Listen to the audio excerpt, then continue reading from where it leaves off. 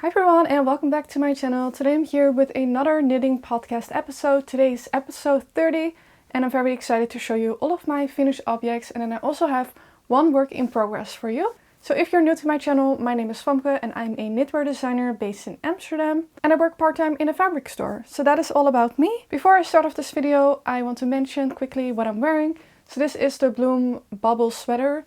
That is a sweater that I made over a year ago. So it's a little bit older. It is eventually going to be a release knitting pattern, but I don't know when. I think it's going to be at the end of this year in the fall winter. And now we can get started with the video. So the first thing that I have finished is the Holly Harvest hat. So this is a hat that I inspired by a sweater pattern that I released last December, which is the Holly Harvest sweater. And it had a bunch of colorwork motifs that are a little bit similar to the colorwork motifs that are in this hat.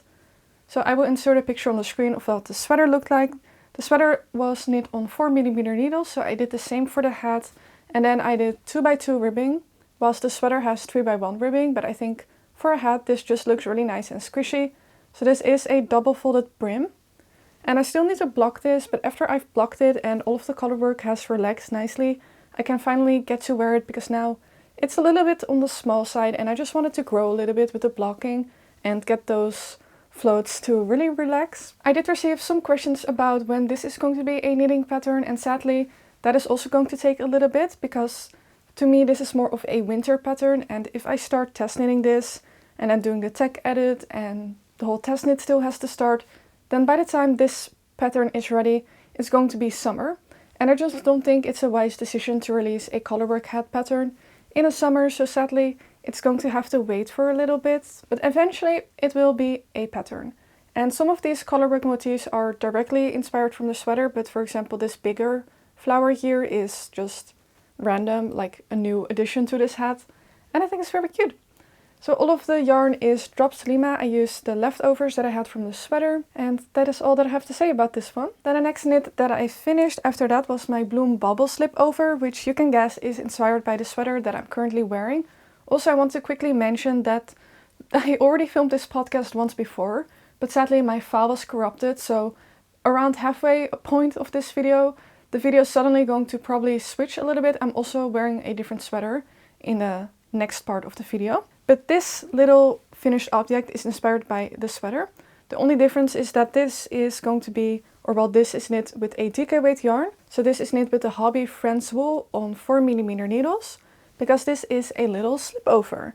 So I just thought that doing it in a DK weight yarn would be a lot better, because it's going to be a spring and summer pattern release, and I don't think people really want like an Aran or bulky weight in the summer, at least me personally. And you can kind of see the inspiration there, of course, because it has the same cable motif that then transforms to the front, and then this little bubble and lace section that is in the center of the front.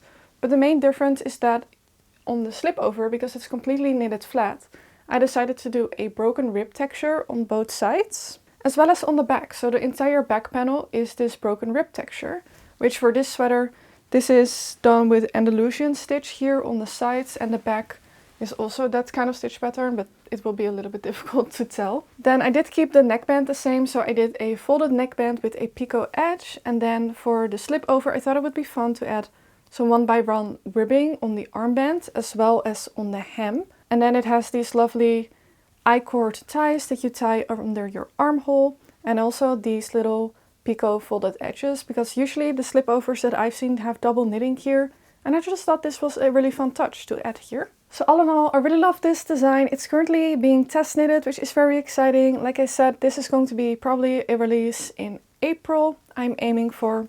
And I'm super happy and excited to start wearing this. I think this is going to be a really lovely layering piece with a sweater, like a thinner sweater underneath, or I think a dress with puffy sleeves or a blouse. I think it's going to be a lovely layering piece. This was a little bit more of a difficult pattern for me to grade, because you have the broken rib stitch and I wanted everything to be symmetrical. So basically when you have the knit column here, I also want the knit column to be there. And I always wanted to have the knit column on the side. So that just made it a little bit more limited in the amount of grading and things that I could do with like a normal stitch pattern. So this is also a garment that is technically negative ease, but then you're wearing it with positive ease. So basically that means that the shoulder to shoulder is a little bit narrow for most sizes. And then also the bust is also going to be smaller than your actual bust measurement, because then when you actually wear it, you're supposed to kind of wear it with some space here. And the ties are pretty long, so they are long enough to do that. But that is just something to keep in mind, because I think at first it may seem a little bit confusing, especially negative ease generally confuses some people. But that is just a little bit of a side note about the sizing for this pattern. Also, if it seems like I'm rushing this a little bit, it's because I am, because I'm about to head to work in 20 minutes. But the final finished object that I have is the Quinty Quilt Scarf, which is also currently in test knitting. So this is a beautiful double layered colorwork scarf that is inspired by a bunch of quilt patterns. And I did a really fun thing, and I did all of the quilt motifs.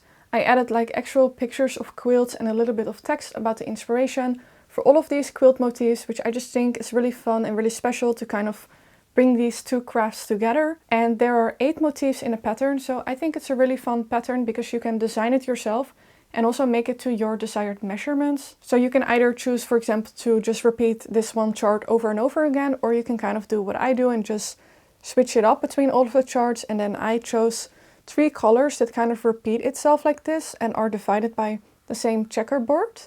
But you can also just do every single thing different, like even the background color, so you don't have a main color, but you can also just repeat the same thing. So I just think this is like the most playful pattern that I've ever done, because you can just play around with it and design it yourself. You can use scrap yarn, or you can use the yarn that I used, which is Drops Air. And if you're unfamiliar with Drops Air is like a blown fiber yarn, so it's super light and airy. Then of course, since it's knit on the 6mm needles, it just created a much airier fabric to begin with, because usually Drops Air is intended for a 5mm needle. But also because we're knitting stranded colorwork, I feel like it's just a nice and plush fabric. And it's also double layered, so the front and the back is the same, because it's knit as a tube in a round on 40cm or 16-inch circulars, which also just makes it a very nice and pleasant knitting experience. This pattern is going to be the soonest of my patterns to be released. So this is due to be released halfway in March, which is very exciting. Then for this scarf, I also decided to do some finishing touches that are a little bit different from the scarf patterns that I've seen before.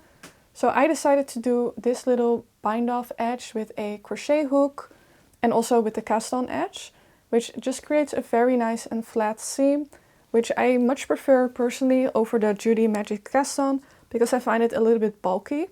And this is just nice and flat. And then I also added these big tassel pom-poms, which are optional, but I just think they add like a nice bohemian touch, which I always appreciate in a pattern. I have already worn this scarf and it's ultimately cozy, so I'm super happy to add this to my scarf collection. I now have 2 scarves that I can rotate, and that is just very nice. And I really like knitting this, because all of the other scarf patterns that I've also tried that are a tube, that don't have anything going on, I just get extremely bored from just knitting stockinette in a round. So this is just a little bit more entertaining, and then you always have something going on and that you're working towards, and it's very fun and potato chippy. Then, like I mentioned earlier, I only have 1 work in progress, and this is the point of the video where it kind of caught up. So I'm not sure what I mentioned already in the next part of the video, but what I do know is that I've made quite a bit of progress since then, because I filmed that yesterday and then I continued knitting on during the day. So now it's just at a little bit of a different place, but I'm gonna show you just nonetheless. And then when I edit this video, I'm just gonna go and figure out what works and what doesn't. But I'm working on my first ever saddle shoulder construction design. So first of all, I've never knit a saddle shoulder in general, and I've then also not designed anything saddle shoulder. So this is going to be the Bambi Bow Cardigan, because I'm intending it to have bows in the front. So this is my current progress. And I have started picking up stitches for the neckband, because I felt it was very big and I just feel like I need to get it out of the way so I know that the size is proper, or else it kind of feels like I have to start all over again, which I don't even want to put out there in the universe. But if this neckband doesn't work out, it may have to happen. Luckily, this entire progress has been since last Friday, so it has been around 5 days on the needles. Today's Wednesday. And the only thing that I even did on Friday was buy the yarn and then knit one of these saddle shoulder pieces. So everything else I basically did in 4 days, which I think that's some amazing progress. Then I've also started the ribbing on the body, which is very exciting. And I'm also absolutely loving this yarn. I'm knitting this cardigan with a new to me yarn, which is really exciting. So I went to a yarn store in Aalsmeer, which is Helene Design.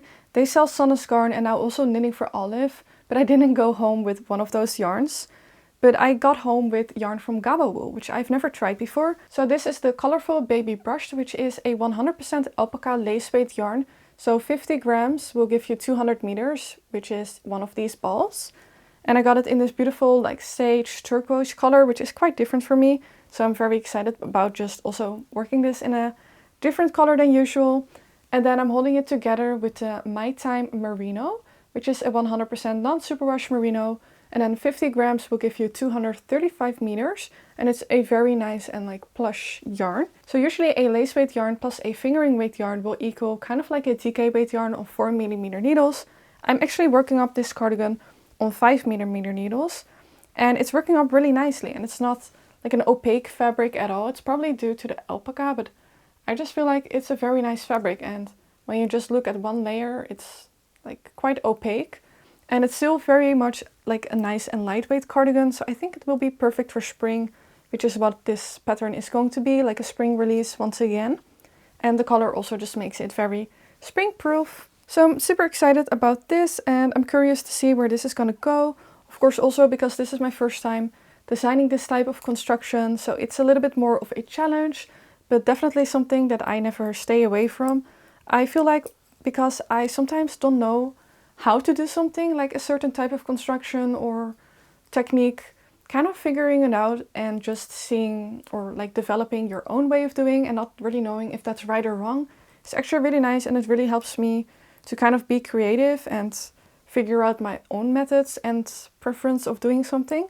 So I'm just really enjoying the process of this, and there should be a test knit call for this probably quite soon. I think in my next video probably. And this should be finished in my next knitting podcast. So I hope I can do, but for now it's proving to be quite a quick knit. Then since I only have one work in progress, I just wanted to quickly show you one that I like to get back to because I only have one more sleeve to knit, which is my Clara Collar Cardigan. Because this pattern is due to be released on the 30th of March, so it's still a little bit away, but I would like to have it finished and so that I can start wearing it because it's such a cute cardigan.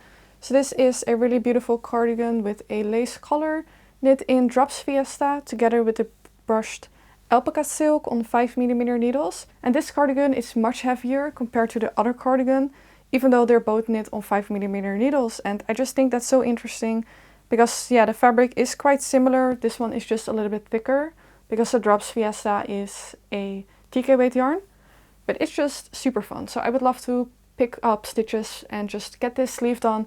It really shouldn't take very long, but it's just something that I need to do and just motivate myself a little bit.